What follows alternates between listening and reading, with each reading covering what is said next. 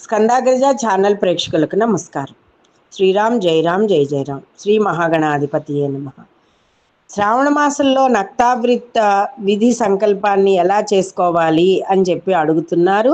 ప్రాత స్నానం కరిష్యామి బ్రహ్మచర్య వ్రతే స్థితః భోక్ష్యామి నక్తం భూసయ్యాం కరిష్యే ప్రాణినాం దయాం ప్రారబ్ధోస్మిన్ వ్రతే దేవా యద్యపూర్ణే మ్రియేహయం తదా సంపూర్ణతాం యాతు ప్రసాదాత్తే జగత్పతే. సూర్యకాంతి తగ్గాక భోజనం చేయడం యతులకు విధి. ఎందుకంటే యతులు రాత్రి భోజనం చేయకూడదు. యతులు రోజులలో 8వ భాగం గడిచిపోకుండా నక్తా భోజనం చేసేయాలి. గృహస్థులు విధిగా రాత్రి అయ్యాక నక్తా భోజనం చేయాలి. పూర్వ సువాసినులు, భార్య చనిపోయిన వారు సూర్యుడు ఉంటుండగానే నక్తావ్రతం చేసి భోజనం చేయాలి.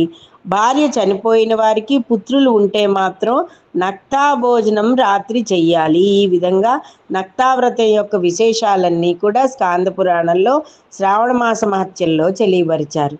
మళ్ళా ఒక్కసారి వినండి. సూర్యాస్తమం అయ్యాక 3 గడియలు సంధ్యాకాలంగా చెప్పబడుతుంది కదా. ఆ సంధ్యా సమయంలో భోజనం, మైథునం, నిద్ర, స్వాధ్యాయం చెయ్యకూడదు. ప్రశాంతంగా ధ్యానం చేసుకోవాలి. సూర్యకాంతి తగ్గాక భోజనం చెయ్యడం యతులకు విధి. ఎందుకంటే వాళ్ళు రాత్రి భోజనం చెయ్యరు కాబట్టి. మళ్ళా 8వ భాగం గడిచిపోకుండా నక్తా భోజనం చెయ్యాలి యతులు. ఇంత లెక్క చెప్పారు.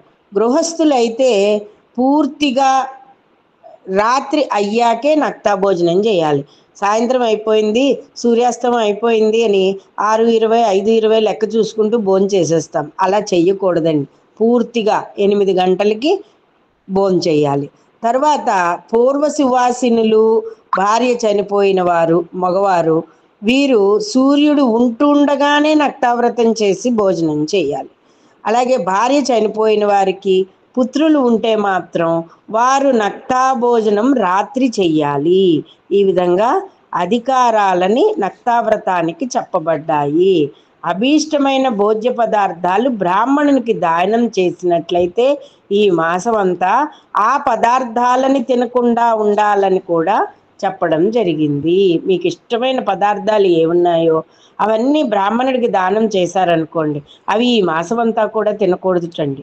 అలాగే ఐశ్వర్యం కావాలనుకునేవారు 1,00,000 మారేడు దళాలతోటి, ఒక్క మారేడు దళంతోటైనా లక్ష్మీదేవికి, పరమేశ్వరుడికి, వెంకటేశ్వరునికి, విష్ణువుకి పూజించాలి. తులసి దళాలతోటి కూడా విష్ణువుని, లక్ష్మిని, పరమేశ్వరుణ్ణి, గౌరీదేవిని పూజించాలి. ఆయువృద్ధి కోసం సంపెంగ పుష్పాలతో విష్ణువుని, పరమేశ్వరుణ్ణి, అమ్మవారిని పూజించాలి. విద్యాభిలాషులు మల్లె పువ్వులతో పూజించాలి. శివ విష్ణువులు ఇద్దరూ తులసి దళాలతో అర్చన ప్రీతి చెందేవారే కాబట్టి సంతాన కాముకులు నేలవాకుడు అంటే నెలవంక పువ్వులతో పూజించాలంటే, ఎవరికైతే సంతానం లేదో వారు నెలవంక పుష్పాలతో పూజించాలి. దుస్వప్న నాశనానికి ధాన్యంతో పూజ చేయాలి. దేవుని ముందు చక్కగా పద్మములు, స్వస్తిక, చక్రాది అలంకారాలతో రంగవల్లులు దిద్ది పూజించాలి. అలాగే అష్టదళ పద్మాలను వేయాలి. అన్ని కోరికలు తీరడానికి అన్ని రకాల పుష్పాలతోటి కూడా మనకు 1,00,000 పుష్పార్చన చేసినట్లయితే ఈ శ్రావణ మాసము ఈ చాలా విశేషమైన శుభ ఫలితాలను ఇస్తుంది. హరులు ఇద్దరు, అమ్మవారు లక్ష్మీదేవి, గౌరీదేవి కూడా సంతృప్తి చెందుతారు. చాలామంది అనుకుంటారు 1,00,000 పుష్పార్చన ఈ మాసంలో ఏమిటండి, ఈ మాసంలో తులసి దళాలే కదా అని. కాదండి, ఇక్కడ స్పష్టంగా చెప్పారు, చక్కగా చేయవచ్చు. ఇక ఈ మాసం అంతా కూడా ఇష్టమైన పదార్థాలని చక్కగా తయారు చేసి భగవంతుడికి సమర్పించిన వారికి లక్షల గుణాధిక ఫలితాన్ని పొందుతారు. అలాగే దీపాలు వెలిగించి చక్కటి దీపాలతో పూజించడం వలన వెండి ప్రమిది, బంగారు వత్తి పెట్టి ఆవు నెయ్యితో కలిపి దీపదానాన్ని కూడా చెయ్యవచ్చు ఈ మాసంలో అని చెప్పడం జరిగింది. 1,00,000 పూజకు ఏ పువ్వులు ఉపయోగించారో అటువంటి పుష్పాలను బంగారంతో చేయించి శంభుని కూడా పూజించవచ్చు అని కూడా చెప్పడం జరిగింది. అలాగే ఈ మాసం బ్రహ్మచర్య దీక్ష వహించిన వారు వీర్య పుష్టిని పొందుతారు. ధార్మిక విషయాలకు అనుకూలమైన ఓజస్సు, బలము, దేహారోగ్యం పొందుతారు. నిష్కామంగా బ్రహ్మచర్య వ్రతం చేసిన వారు సాక్షాత్తు బ్రహ్మప్రాప్తిని పొందుతారు.